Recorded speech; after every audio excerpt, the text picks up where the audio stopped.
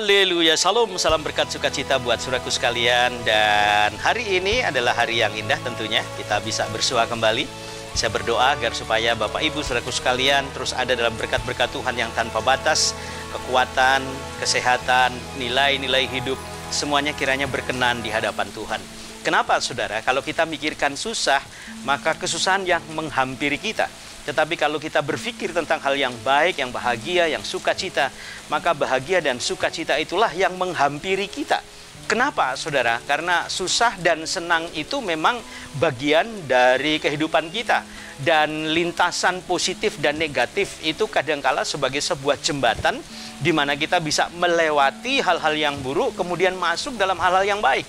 Tetapi kembali lagi saudaraku sekalian bahwa ternyata firman Tuhan memberikan satu pengertian yang cukup baik buat kita untuk kita renungkan. Coba kita perhatikan dalam 2 Timotius pasalnya yang keempat ayat yang kedua dikatakan demikian.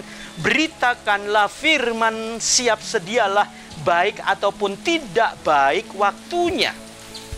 Beritakanlah firman, baik atau tidak baik waktunya. Dan nyatakanlah apa yang salah, tegurlah dan nasihatilah dengan segala kesabaran dan pengajaran. Jadi kalau kita melihat hal-hal yang positif, kalau kita melihat orang yang terus mengeluh, kemudian berputus asa dengan berbagai soal, saudara, mari saudaraku sekalian ajarkanlah tentang nilai-nilai yang baik dari Tuhan. Apa itu kira-kira nilai yang baik yang datang dari Tuhan? Satu, bahwa Tuhan sudah memberikan kepastian buat kita.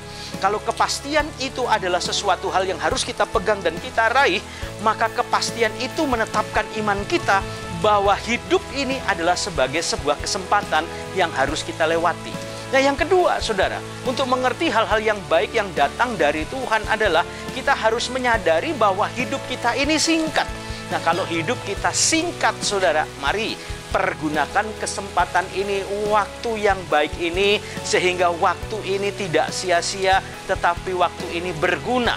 Berguna bagi orang tua kita, buat anak-anak kita, buat sesama kita, termasuk berguna buat keluarga kita. Sehingga hal-hal yang aktif, yang pasif, saudara, itu mungkin akan kita perhitungkan, kita renungkan. Tetapi mari jangan memikirkan hal yang pasif, tetapi yang aktif gitu ya saudara, datang dari kita, yaitu tentang firman Tuhan yang dahsyat, yang perlu kita renungkan setiap hari, setiap saat, setiap waktu. Karena firman Tuhan itu yang menguatkan keberadaan kita. Jangan dalami kekhawatiran dan ketakutan yang terus-menerus menekan hidup kita, tetapi kita bangkit dan keluar dan bertindak sesuai dengan firman-Nya. Bahwa sekali-kali Tuhan tidak pernah meninggalkan kita dan Tuhan tetap memberikan kemenangan buat kita. Sukses buat saudara dan Tuhan Yesus memberkati. Haleluya.